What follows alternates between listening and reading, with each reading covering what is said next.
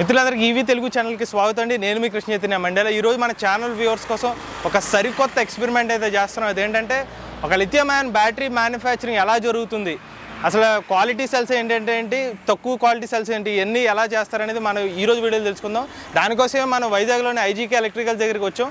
రండి లోపలికి వెళ్ళి అసలు దీని సంగతి ఏంటో తీసుకుందాం.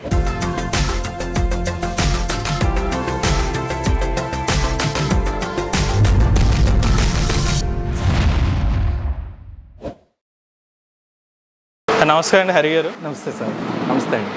సార్ ఏంటిది బ్యాటరీ మ్యానుఫ్యాక్చరింగ్ అంటే ఏదో టైం మిషన్ యూనిట్ లాగా ఉంది? లేదండి, ఇది ఎలక్ట్రికల్ వెహికల్ బ్యాటరీ మ్యానుఫ్యాక్చరింగ్ అండి. సో ఇవన్నీ కూడా మన బ్యాటరీ అనేది చాలామందికి తెలియదండి. ఇది యాక్చువల్గా వాట్ ఈజ్ వాట్ అని బ్యాటరీ అసలు ఎలా తయారు చేస్తారనేది మా కంపెనీ మెయిన్ స్ట్రెంగ్త్ ఇదేనండి. అంటే యాక్చువల్గా మనకు మార్కెట్లో చూస్తుంటారు మీరు బ్యాటరీస్ అనేవి చాలామంది యూట్యూబ్లో చూసి సొంతంగా బ్యాటరీ తయారు చేస్తారు. కానీ బ్యాటరీ అనేది అలా తయారు చేయకూడదండి. ఎందుకు అంటే దీనికంటూ ఒక టెక్నాలజీ ఉందన్నమాట. ఆ టెక్నాలజీలో చేస్తే ఆ బ్యాటరీ పర్ఫార్మెన్స్ అనేది తెలుస్తుంది అనమాట. చెప్పండి సార్ మాకు. ఎగ్జాక్ట్లీ అండి. సో ఫర్ ఎగ్జాంపుల్ మీరు చూస్తే బ్యాటరీస్ అనేవి చాలా రకాల మోడల్స్ ఉంటాయండి. ఈ 3 బ్యాటరీస్లో చూస్తే ఇది లిథియం ఫెర్రో ఫాస్ఫేట్ అని, ఇది రెండింటిని కూడా ఎన్ఎంసి సెల్స్ అంటారు. నికిల్ మ్యాంగనీస్ కోబాల్ అనే మెటీరియల్ తయారు, లిథియం అయాన్ అంటారు. లిథియం అయాన్ అంటారు. సో ఇవన్నీ కూడా ఎలా ఉంటాయి, ఇంటర్నల్ మెటీరియల్ ఏవైతే ఉంటాయో లిథియం అనే ఒక మెటీరియల్తో ఈ కాంబినేషన్ చేస్తారు. ఇప్పుడు నికిల్ మ్యాంగనీస్ అని, లిథియం ఫెర్రో ఫాస్ఫేట్ అని, ఈ లిథియంలో ఇవి యాడ్ చేసిన తర్వాత ఈ సెల్స్ అనేవి తయారవుతాయి అన్నమాట.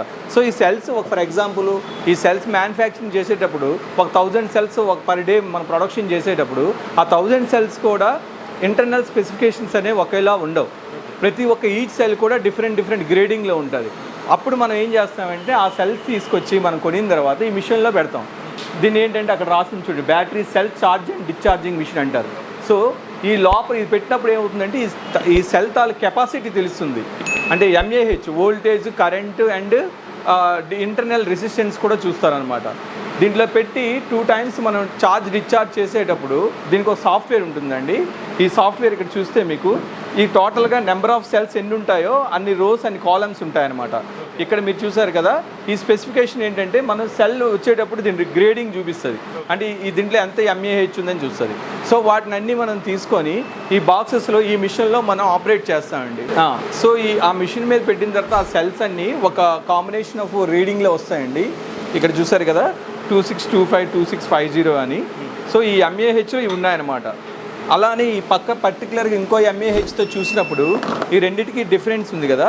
సో ఈ సెల్స్ ఒక ఎంఏహెచ్లో ఉంటే ఈ సెల్స్ ఒక ఎంఏహెచ్ పర్టికులర్ రేంజ్ని పట్టుకుని మీరు తీసుకుంటారు. సో ఈ రేంజ్ కాంబినేషన్ కలపకూడదు. 25%లోనే కలపాలన్నమాట. 25 ఏదంటే అదే దాంతో చేయాలి బ్యాటరీ. అంటే వాడు కంపెనీ వాడు పంపించినప్పుడు వాడు ఈ సమానంగా పంపించడు, ఎందుకంటే వాడికి కూడా తెలియదు. సో అందుకని మనం ఇక్కడ ఏం చేస్తామంటే ఈ మిషన్ మీద పెట్టిన తర్వాత ఇంటర్నల్గా ఈ గ్రేడ్ చేసి వాటిని మనం ఇదొక స్పెషల్ మిషన్ అండి. ఇది కూడా ఇంటర్నల్ రెసిస్టెన్స్ చూస్తుంది అనమాట. సో అది అయిపోయిన తర్వాత వాటిని సెల్స్ ఇందులో వేసి మనం స్ప్లిట్ చేసి ఆ వచ్చిన దాన్ని ఇలా సపరేట్ చేసుకుంటాం అన్నమాట. సపరేట్ చేసిన తర్వాత సో ఇక్కడికి వచ్చిన తర్వాత దీన్ని ఏమంటారంటే ఇది స్పాట్ వెల్డింగ్ మిషన్ అంటారు. అంటే లైక్ సాల్డింగ్ మిషన్ లాంటిది. ఇది వెల్డ్ చేస్తుంది అనమాట. సో ఈ వెల్డింగ్ చేసేటప్పుడు మనకి ఎంత ఏహెచ్ బ్యాటరీ కావాలి, ఎంత వోల్టేజ్ బ్యాటరీ కావాలి అనేటప్పుడు దీని మీద చెక్ చేస్తాం అనమాట. ఇది పర్టికులర్గా ఇది సాల్డింగ్ మిషన్ అనమాట. సో మనం ఏదైతే వెల్డింగ్ చేయాలనుకుంటున్నామో పర్టికులర్ సెల్స్ అన్ని ఆ ప్లాస్టిక్ హోల్డర్లో పెట్టిన తర్వాత దీన్ని వెల్డ్ చేస్తాం. ఇక్కడతో ఏమవుతుందంటే నెంబర్ ఆఫ్ లేయర్స్ అనేవి మనకి ఎన్ని బ్యాటరీలో ఎన్ని లేయర్స్ ఉండాలని ఇక్కడ మ్యాచ్ అయ్యి దాన్ని వెల్డింగ్ చేస్తాం అనమాట. దీని తర్వాత మనం బ్యాటరీని తయారు చేసుకుంటాం. సో అప్పుడు తయారు చేసినప్పుడు ఏమవుతుందంటే ఈ పర్టికులర్ బిఎంఎస్ అని ఉంటుందండి. సో ప్రతి బ్యాటరీలో ఇది కంపల్సరీ అనమాట. అదే లెడ్ యాసిడ్కి అయితే ఇది మెయింటైన్ చేయాలి. మన లిథియంలోనే ఈ type of BMS battery management system అనమాట. సో డిపెండ్స్ ఆన్ వోల్టేజ్ బట్టి మనం ఈ బిఎంఎస్ అనేది వాడతాం. దీంట్లో అడ్వాంటేజ్ డిసడ్వాంటేజెస్ ఏంటి అంటే ఇది అడ్వాంటేజ్ ఏంటంటే బ్యాటరీలు ఎప్పుడైనా ఓవర్ హీట్ ఎక్కింది అనుకోండి, ఇది థర్మోస్టాట్ అనమాట. ఇది సెన్స్ చేస్తుంది. సో టోటల్ ఓవరాల్గా బ్యాటరీ హీట్ ఎక్కేటప్పుడు ఆటోమేటిక్గా ఆఫ్ చేస్తుంది బ్యాటరీని. అలానే ఇక్కడ చూసారా లిథియం 17S సిరీస్ 60 వోల్ట్స్. అంటే మనం 60 వోల్ట్స్ బ్యాటరీకి ఇది వాడతాము. దాన్ని ఇంటర్నల్గా సిరీస్ 17 సిరీస్ ఉంటాయి.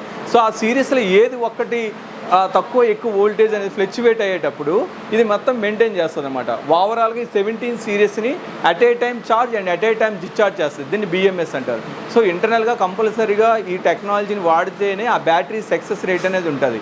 లేకపోతే అబ్నార్మల్ కండిషన్కి వెళ్ళిపోయి మీకు మైలేజ్ అనేది ఆటోమేటిక్గా అది 3 monthsలో రావచ్చు, 2 monthsలో రావచ్చు, లేదా వెంటనే రావచ్చు, లేదా 1.5 year తర్వాత రావచ్చు. ఇప్పుడు చాలా మంది మ్యానుఫ్యాక్చరర్ ఇటువంటి క్వాలిటీ పారామీటర్స్ రీచ్ అవ్వకపోవడం వల్లే వారంటీ ఇష్యూస్ అనేది వస్తాయండి 100%. సో అందుకని మన స్ట్రెంగ్త్ అదేనండి. మొత్తం ఈ టెక్నాలజీ అంతా మీరు చూసారు కదా.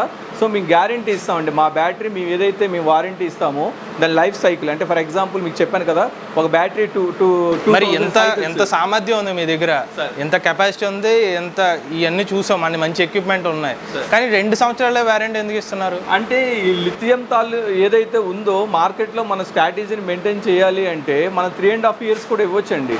కానీ మా కంపెనీ స్పెషలైజేషన్ ఏంటి అంటే మేము తయారు చేసిన బ్యాటరీ 100% అండి, అది 3.5 years గ్యారంటీ వస్తుందండి.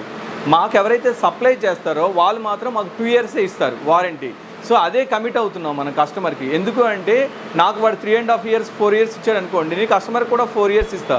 మనకి ఇందులో ప్రాఫిట్ కానీ ఏదైనా మీరు ఆలోచన ఇదంతా చేస్తున్న బిజినెస్ అంతా ప్రాఫిట్ గురించే. సో నాకు ఒక బ్యాటరీ అమ్మితే 2500 నుంచి 3000 ఉంటుందండి. ఒక బ్యాటరీ నాకు పోయింది అనుకోండి, నేను ఓవరాల్గా మళ్ళీ 28,000 30,000 పడుతుంది ఆ బ్యాటరీ, డిపెండ్స్ ఆన్ మైలేజ్ బట్టి. సో నాకు ఇచ్చే కంపెనీ ఎవరైతే సప్లయర్ ఉన్నాడో వాడు నాకు 2 years ఇస్తాడు కాబట్టి నేను కస్టమర్కి 2 years ఇస్తానండి. మీరు కేవలం ఇప్పుడు లిథియం అయాన్ ఎలక్ట్రిక్ స్కూటర్స్ కైనా రకరకాల వేరియట్లు కూడా నా దగ్గర డిఫరెంట్ ఉన్నాయండి. ఎలక్ట్రికల్ స్కూటర్స్ కనే కాదు, ఎలక్ట్రికల్ 3-wheeler 4-wheeler వెహికల్స్ కూడా బ్యాటరీస్ తయారు చేస్తామండి. ఫర్ ఎగ్జాంపుల్ ఇదిగోండి, ఇది ఇంకో డిఫరెంట్ సెల్, దీన్ని ప్రిస్మెటిక్ సెల్స్ అంటారండి. ఈ ప్రిస్మెటిక్ సెల్స్ అనేవి 100 Ah నుంచి స్టార్ట్ అవుతుందండి. మా దగ్గర 200 Ah అంటే ఎలక్ట్రికల్ వెహికల్ 4-wheeler కానీ 3-wheeler కానీ కూడా డిపెండ్స్ ఆన్ ఏహెచ్ మీదే మైలేజ్ అని డిపెండ్ అవుద్ది. సో మా కస్టమైజ్ చేస్తాం. కస్టమర్కి ఒక 200 లేదా 100 kilometers కావాలన్నా మనం బ్యాటరీ తయారు చేసి ఇస్తాము. ఇది ప్రిస్మెటిక్ సెల్స్ అంటారు అనమాట. ఇవి దేనికైనా వాడచ్చండి, ఎందుకంటే ఇవి కాస్ట్ ఎక్స్పెన్సివ్ ఉంటాయి కాబట్టి ఏహెచ్ ఎక్కువ ఉండేటప్పుడు ఇది మనం 2-wheelerలో కూడా వాడుకోవచ్చు. మరి దీనికి వారంటీ ఎక్కువ ఇస్తారా? మరి లేదండి, దీనికి కూడా సేమ్ 2000 సైకిల్స్, ఇది కూడా 2 years ఇస్తారు. 2 years ఇస్తాం. బట్ ఏంటంటే ఎంఏహెచ్ ఎక్కువ ఉంటుంది కాబట్టి ఇవి ఎక్కువగా మనం యూజ్ చేసేది దేనికి అంటే 3-wheeler అండ్ 4-wheelerలో వాడతాం. ఈ ఆల్మోస్ట్ ఆల్ మనం ఇప్పుడు ఈ సెల్స్ ఏవైతే చూసారో ఇవన్నీ 2-wheelersలో వాడతాం అనమాట. సో దానికి కూడా అవుతుంది, కానీ క్యాబినెట్ స్పేస్ సరిపోదు కాబట్టి ఇవి వాడం మనం. అందుకని అవండి 3-wheeler ఇగోండి, ఇవన్నీ కూడా 2-wheeler వెహికల్స్ తాలూకా బ్యాటరీస్ అండి. ఇవి ఇందులో కస్టమైజ్ చేస్తామండి. మా దగ్గర ఇప్పుడు చూసారా చిన్న సైజు నుంచి పెద్ద సైజు వరకు ఉన్నాయి. ఇప్పుడు ఇది 50 kilometer, ఇది 65 kilometers అండి. ఇదైతే 100 kilometers వస్తుంది, అదేమో 120-130 kilometers వస్తుంది.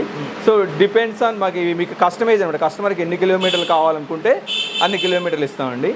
అలానే దీంట్లో కూడా ఛార్జింగ్ పోర్ట్, డిశ్చార్జింగ్ పోర్ట్ ఉంటుంది అనమాట. ఫర్ ఎగ్జాంపుల్ ఇది డిశ్చార్జింగ్ పోర్ట్ అంటారు, ఇది ఛార్జింగ్ పోర్ట్ అనమాట. డైరెక్ట్ ఛార్జర్తో కూడా ఇది డైరెక్ట్ కస్టమర్ బయటికి తీసుకొని ఇంట్లో వెళ్ళి పెట్టుకోవచ్చు అండి. ఇప్పుడు ఇది ఎన్ఎంసీ కెమిస్ట్రీ బ్యాటరీస్ అమ్ముతున్నారు, ఎల్ఎఫ్పి కూడా రెండు ఉన్నాయండి. ఉదాహరణకి 50 kilometer రేంజ్ ఇచ్చేదానికి ఎన్ఎంసీలో ఎంత అవుతుంది, ఎల్ఎఫ్పిలో ఎంత అవుతుంది? సేమ్ కాస్ట్ వైజ్ డిఫరెన్స్ ఉంటుంది. కానీ మీకు ఎందుకంటే ఎన్ఎంసీ వాడడం ఎందుకు, సైజ్ అండి మెయిన్. కంపేర్ చేసుకుంటే ఎన్ఎంసీతో చూసుకుంటే ఎల్ఎఫ్పి అనేది ఒక 200 cycles ఎక్కువ ఉంటాయండి. కానీ ఏమవుతుందంటే మీకు సైజ్ ఇంక్రీజ్ అవుతుంది, వెయిట్ పెరిగిపోతుంది. సో దానివల్ల పెరిగిన రేంజ్ కూడా మీకు వెయిట్ వల్ల తగ్గిపోతుంది. అందుకని చాలా మందికి ఇప్పుడు లేటెస్ట్ టెక్నాలజీ ఏవైతే లేటెస్ట్ వెహికల్స్ మార్కెట్లో ఉన్నాయో వాటిలో వాడేవన్నీ కూడా ఎన్ఎంసీ సెల్సే. సో అందుకని మన ఎన్ఎంసీ సెల్స్ ఎందుకు వాడుతుంటే కాంపాక్ట్. ఇప్పుడు మీరు చెప్పిన ప్రకారం 50 kilometer రేంజ్ ఎన్ఎంసీ అని ఎల్ఎఫ్పి ఒకే రేట్కి ఇస్తున్నారు మీరు? ఒకే రేట్ అంటే ఇంకా తక్కువ ఉంటుందండి, ఎల్ఎఫ్పి తక్కువ ఉంటుంది. ఇప్పుడు మాకు రేట్స్ చెప్పండి, ఎవరైనా కొత్తగా బ్యాటరీ కావాలనుకుంటే. 50 kilometers వెహికల్ బ్యాటరీ కావాలంటే మార్కెట్లో అయితే మీకు 24,000 25,000 ఉంటుంది. మనం 22,000కి ఇస్తామండి. అదే మీకు డీలర్స్ ఎక్కువగా ఆర్డర్ చేశారనుకోండి అప్పుడు ఇంకా మనం డిస్కౌంట్ అనేది ఇంకా ఇస్తామండి. డైరెక్ట్ ఎండ్ కస్టమర్ కూడా మన దగ్గర రావచ్చు. ఎంత అన్నారు మీరు రేటు? 22,000 అండి. 100 kilometers అయితే 100 kilometers అంటే depends on voltage and mAh మీద డిపెండ్ అవుతుందండి. అది చెప్పండి సార్ ఏదో ఒకటి. MAh for example 60 volts 30 Ah తీసుకున్నారనుకోండి, అది 80 kilometers వస్తుందండి. ఆ 80 kilos బ్యాటరీ అయితే మీకు అరౌండ్ 28,000 ఉంటుందండి. అదే 100 kilometers అయితే 31,000 ఉంటుందండి విత్ అలాంగ్ విత్ చార్జర్. నేను చెప్పేది బ్యాటరీ అయితే 2 years వారంటీ ఇస్తాము, 1 year complete replacement warranty, next 1 year service warranty ఉంటుంది ఫ్రీ ఆఫ్ కాస్ట్. ఇంకా అలా కాదు వాటి థర్డ్ కూడా కావాలనుకుంటే మనం చార్జబుల్ బేస్ మీద కూడా 3rd ఇయర్ ఎక్స్టెన్షన్ వారంటీ కూడా ఇస్తామండి బ్యాటరీకి. సార్ మీరు ఒక బ్యాటరీ మ్యానుఫ్యాక్చర్ కాబట్టి మీకు చాలా నాలెడ్జ్. ఒక చిన్న క్వశ్చన్ ఏంటంటే చాలా కస్టమర్లకు ఉన్న డౌట్, అసలు బ్యాటరీని 80% ఛార్జ్ చేయాలా, 100 ఛార్జ్ చేయాలా? కొంతమంది డిశ్చార్జ్ ఏమో 20% లోపల ఛార్జ్ చేయాలా, లేకపోతే 50% అయినప్పుడు ఛార్జ్ పెడితే లైఫ్ సైకిల్స్ వస్తాయి? మంచి క్వశ్చన్ వేస్తారండి, ఇది చాలామందికి తెలియదు. యాక్చువల్గా బ్యాటరీ అనేది లెడ్ యాసిడ్ తీసుకున్నారు అనుకోండి, దాంట్లో డీప్ డిశ్చార్జ్ అని ఉంటుంది. ఎందుకంటే దాంట్లో బిఎంఎస్ అనేది ఏమి ఉండదు. సో ఆటోమేటిక్గా అంటే ఇప్పుడు ఇన్వర్టర్లో చూస్తుంటారు ఇంట్లో వాడేటప్పుడు, అది కూడా మ్యాక్సిమం అరౌండ్ 0.5%లో డిశ్చార్జ్ చేసి ఆఫ్ చేస్తుంది అనమాట. ఎందుకంటే మళ్ళీ వామప్ అంటే కరెంట్ వచ్చేటప్పుడు మళ్ళీ అది ఆన్ అవ్వాలి అంటే సమ్ వోల్టేజ్ బ్యాటరీలో ఉండాలి. సో అందుకని డీప్ డిశ్చార్జ్ ఏవి కూడా అవ్వవు. సేమ్ అదే ప్రిన్సిపల్ దీంట్లో కూడా పనిచేస్తుందండి.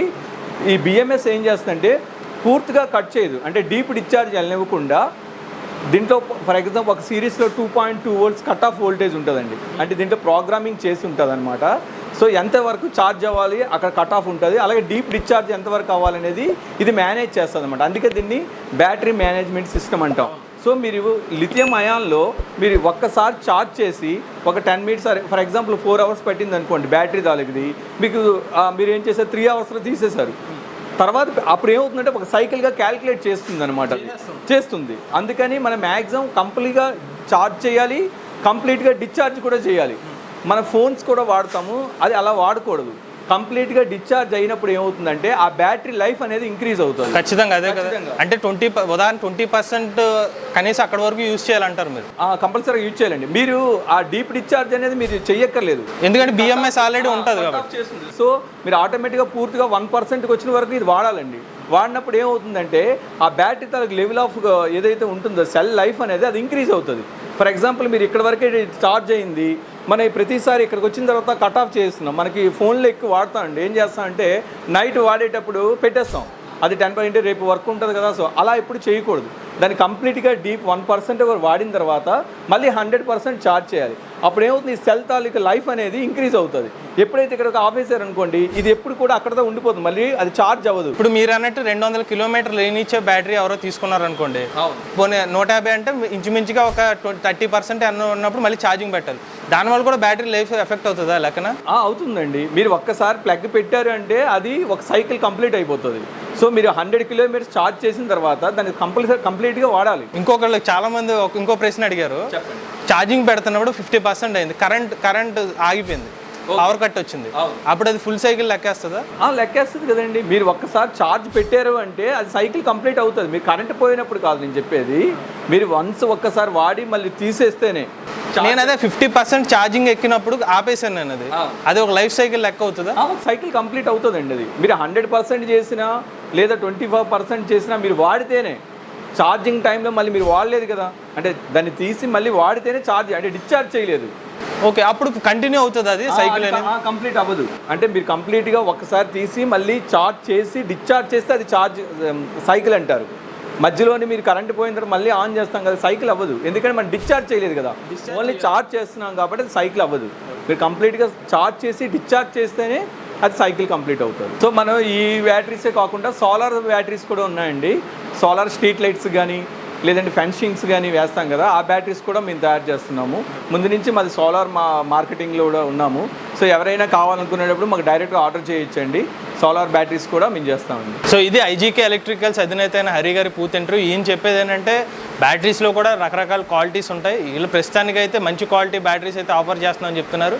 కానీ వారంటీ పరంగా అయితే తెలివిగా తప్పించుకుంటున్నారు. వీళ్ళు 2 సంవత్సరాలు అని చెప్తున్నారు, 3.5 సంవత్సరాలు వస్తున్నాయని. కానీ కస్టమర్కి అయితే భరోసా 3 సంవత్సరాల నెంబరే గుర్తుంటుంది, కానీ వీళ్ళు చెప్పిన ఫోన్ నెంబర్ అయితే గుర్తుండదు. ఇది డౌట్. మరి ఖచ్చితంగా మరి చూడాలి. మరి వీళ్ళు కూడా త్వరలోనే ఎక్కువ మ్యానుఫ్యాక్చరింగ్ చేస్తే ఎక్కువ వారంటీ ఇస్తారనేది భావిస్తున్నాము. బట్ ఓవరాల్గా వైజాగ్లో ఎవరైనా ఎలక్ట్రిక్ వెహికల్ బ్యాటరీస్ కావాలంటే ఒకసారి చూడండి. వీళ్ళ దగ్గరకు వచ్చిన తర్వాత 2 years అయితే ఖచ్చితంగా వీళ్ళ దగ్గర పెద్ద ఎక్విప్మెంట్ ఉంది, టైం మెషిన్ లాంటి ఎక్విప్మెంట్ ఉన్నప్పుడు చూడగానే ఏదో పెద్దగానే ఉందనిపిస్తుంది. కాబట్టి ఆ ధైర్యంతో అయితే ఒకసారి చూడండి. వాళ్ళ కస్టమర్ రివ్యూస్ కూడా ప్రీవియస్గా 4 years నుంచి ఉంది కాబట్టి ప్రీవియస్గా కస్టమర్స్ని ఎంక్వైరీ చేసుకున్న తర్వాతే ఒకసారి బ్యాటరీస్ కానీ ఏమైనా పర్చేస్ చేసినప్పుడు తెలుసుకోండి. ఖచ్చితంగా మీ బ్యాటరీ పెద్ద రేంజ్ వచ్చే బ్యాటరీలు కావాలంటే వీళ్ళు అటువంటి రేంజ్ ఎక్స్టెండెడ్ బ్యాటరీస్ కూడా ఇస్తున్నారు కాబట్టి ఒక మంచి అవకాశాన్ని అయితే తెలుసుకోవచ్చు. ఇటువంటి జెన్యూన్ ఇన్ఫర్మేషన్ కోసం ఈవీ తెలుగు ఛానల్ని తప్పకుండా సబ్స్క్రైబ్ చేసుకోండి. ఫాస్ట్ అప్డేట్స్ కోసం మన ఫేస్బుక్ పేజ్, వెబ్సైట్ ఇంకా టెలిగ్రామ్ గ్రూప్ని ఫాలో అవ్వండి. Go green, go electric.